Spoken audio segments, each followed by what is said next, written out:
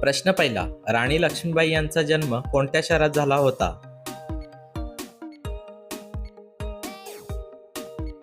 बरोबर उत्तर आहे ऑप्शन बी, वाराणसी, काशी.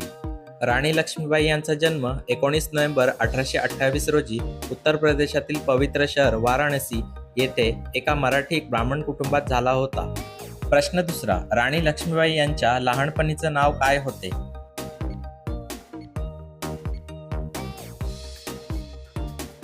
बरोबर उत्तर आहे ऑप्शन ए, मनू. राणी लक्ष्मीबाई यांच्या लहानपणीचे नाव मणिकर्णिका असे होते आणि त्यांना घरामध्ये प्रेमाने मनू असे हाक मारली जात असे. प्रश्न तिसरा. राणी लक्ष्मीबाई यांच्या वडिलांचे नाव काय होते?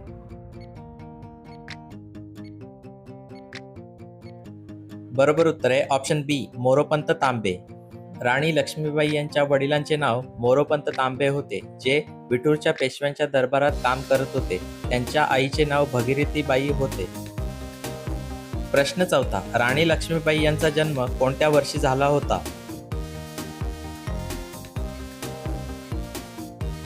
बरोबर उत्तर आहे ऑप्शन ए, 1828.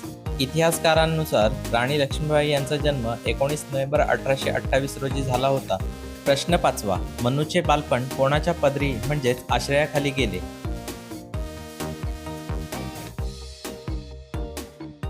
बरोबर उत्तर आहे ऑप्शन बी, बाजीराव पेशवे दुसरे. मनूच्या आईच्या निधनानंतर वडील मोरोपंत मनूला घेऊन विठूरचे पेशवे दुसरे बाजीराव यांच्या आश्रयाला आले. तिथेच मनूचे बालपण गेले. प्रश्न सहावा. राणी लक्ष्मीबाई यांचे लग्न कोणाशी झाले होते?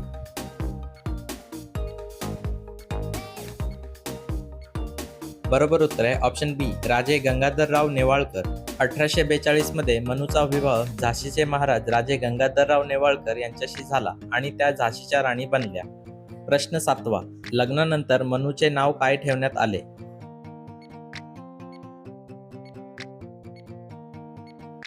बरोबर उत्तर आहे ऑप्शन ए, लक्ष्मीबाई. झाशीच्या राजघराण्याच्या परंपरेनुसार विवाहानंतर मणिकर्णिका म्हणजेच मनू यांचे नाव बदलून लक्ष्मीबाई असे ठेवण्यात आले. प्रश्न आठवा. राणी लक्ष्मीबाई कोणत्या साम्राज्याच्या राणी बनल्या?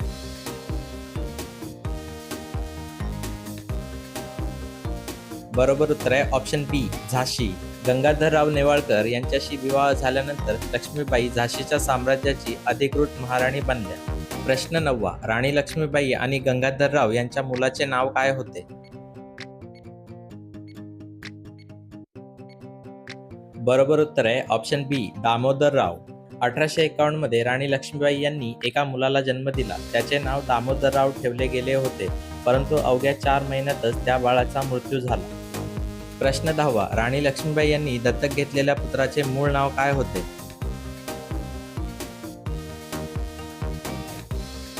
बरोबर उत्तर आहे ऑप्शन ए, आनंदराव. स्वतःच्या पुत्राच्या निधनानंतर राजा गंगाधरराव आणि राणी लक्ष्मीबाई यांनी आपल्याच नात्यातील वासुदेव नेवाळकर यांच्या मुलाला म्हणजेच आनंदरावाला दत्तक घेतले होते. प्रश्न 11. दत्तक घेतल्यानंतर त्या मुलाचे नवीन नाव काय ठेवण्यात आले?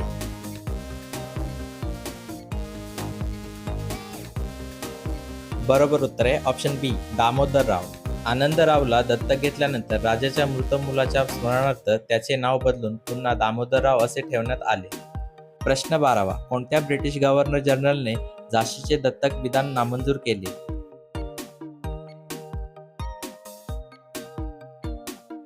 बरोबर उत्तर आहे ऑप्शन बी, लॉर्ड डलहौसी. तत्कालीन British governor general Lord Dalhousie याने झाशीचा दत्तक वारस नामंजूर केला आणि राज्य ब्रिटिश साम्राज्यात जोडण्याची घोषणा केली. प्रश्न 13वा. लॉर्ड डलहौसीने झाशी खालसा करण्यासाठी कोणत्या धोरणाचा वापर केला?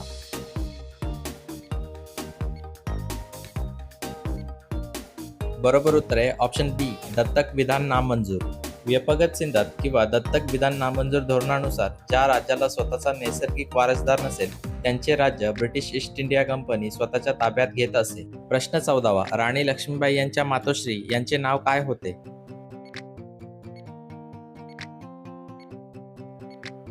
बरोबर उत्तर आहे ऑप्शन ए, भगीरथीबाई. राणी लक्ष्मीबाई यांच्या आईचे नाव भगीरथीबाई तांबे असे होते. प्रश्न 15. 1857च्या स्वातंत्र्य लढ्यात राणी लक्ष्मीबाई यांनी कोणत्या शहरातून बंडखोरांचे नेतृत्व केले?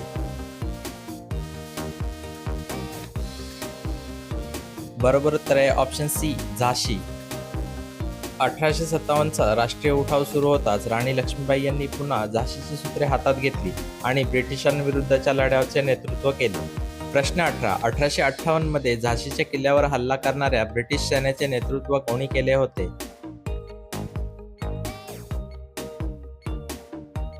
बरोबर उत्तर आहे option A sir Hugh Rose. British सेनापती सर ह्यू रोज याने मोठ्या सैन्यासह झाशीच्या किल्ल्याला वेढा घातला होता, ज्याला राणीच्या सैन्याने कडक टक्कर दिली. प्रश्न 17. झाशीचा किल्ला वेढला गेल्यानंतर राणी लक्ष्मीबाई कोणाच्या मदतीने किल्ल्याबाहेर पडल्या?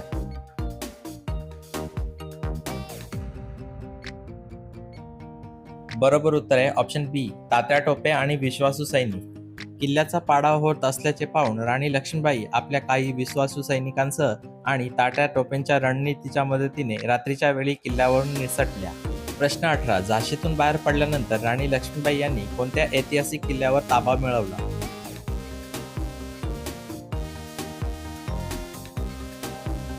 बरोबर उत्तर आहे ऑप्शन बी ग्वाल्हेरचा किल्ला. झाशीतून बाहेर पडल्यानंतर राणी लक्ष्मीबाई, तात्या टोपे आणि रावसाहेब यांनी मिळून ग्वाल्हेरचा मजबूत किल्ल्यावर ताबा मिळवला आणि ब्रिटिशांना आव्हान दिले. प्रश्न 19. राणी लक्ष्मीबाई यांच्या सैन्यातील अत्यंत विश्वासू महिला अंगरक्षक कोण होत्या?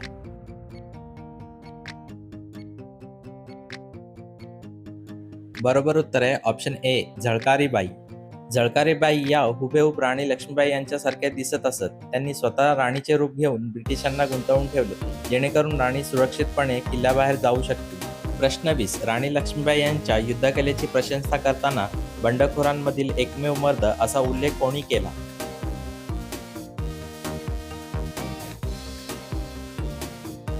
बरोबर उत्तर आहे ऑप्शन बी सर ह्यू रोज. राणी लक्ष्मीबाई यांच्या मृत्यूनंतर British general sir Hugh Rose याने आदराने लिहिले होते की येथे ती स्त्री निजलेली आहे जी बंडखोरांमध्ये एकमेव मर्द होती. प्रश्न 21. राणी लक्ष्मीबाई यांना वीरमरण कोणत्या ठिकाणी आले?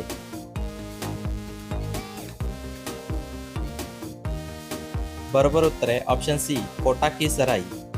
17 ते 18 जून 1858 रोजी ग्वाल्हेरजवळील कोटा की सराई या रणांगणावर ब्रिटिश सैन्याशी थेट लढताना राणी लक्ष्मीबाई यांना वीरमरण आले. प्रश्न 22. राणी लक्ष्मीबाई युद्ध लढत असताना त्यांच्या पाठीवर कोण बांधलेले होते?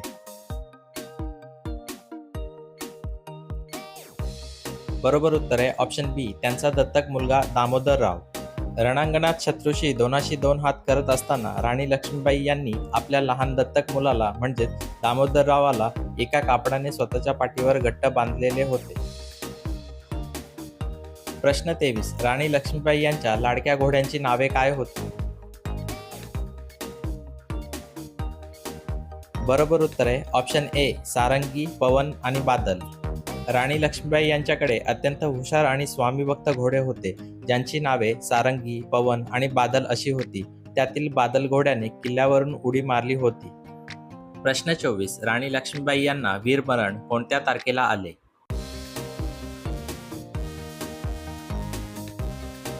बरोबर उत्तर आहे ऑप्शन बी 18 जून 1858.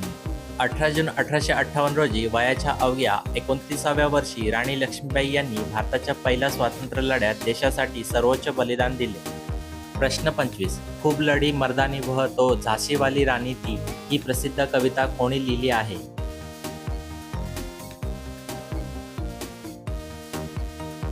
बरोबर उत्तर आहे ऑप्शन ए सुभद्रा कुमारी चव्हाण. बुंदेले हर बोलो के मुंह हमने सुनी कहानी थी, खूब लढी मर्दानी वह तो झाशी वाली राणी थी ही अजरामर हिंदी कविता प्रसिद्ध कवयित्री सुभद्रा कुमारी चव्हाण यांनी लिहिली आहे.